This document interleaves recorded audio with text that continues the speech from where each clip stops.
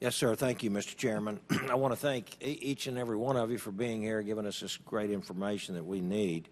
I'm from Texas and represent the 36th district. I have 4 ports, including the Port of Houston, and more petrochemical facilities than any other district in the country.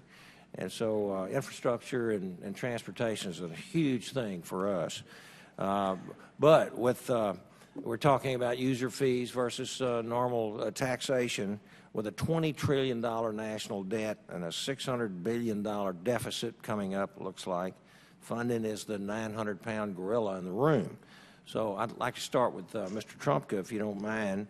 One idea that is frequently coming up is to dedicate the revenues and royalties from resources that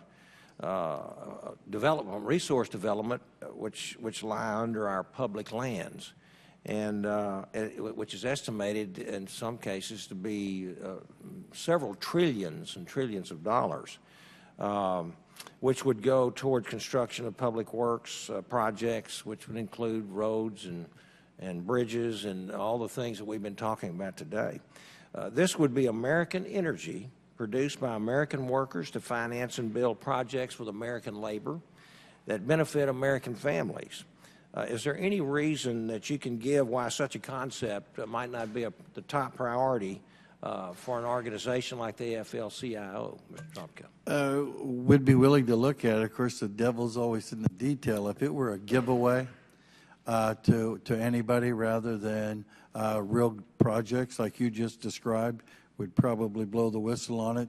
But I think we would be supportive of putting Americans to work, having energy independence, and being able to create and repair our infrastructure in the process. Right. Okay. And anybody else would like to comment on that as well?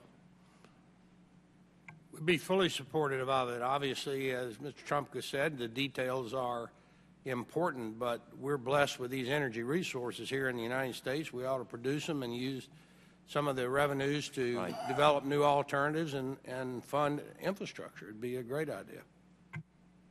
Yes, ma'am. Ms. Andring. Yeah, just I mentioned earlier, manufacturers are very dependent on energy and are always looking at all of the above, including wind and solar, but definitely traditional. And natural gas has been a very important thing for manufacturers. So I think it really could do 2 things, right? Help manufacturers with the most effective cost for energy that we need to run our plants, but also could be a source that could be used to help with some of the other issues in this country and certainly provide jobs. Thank you. Anyone else want to add to that? Okay. Mr. Chairman, I'll yield back the balance of my time. Thank you very much. Thank you, Dr. Babin. Thank you. Mr. Davis.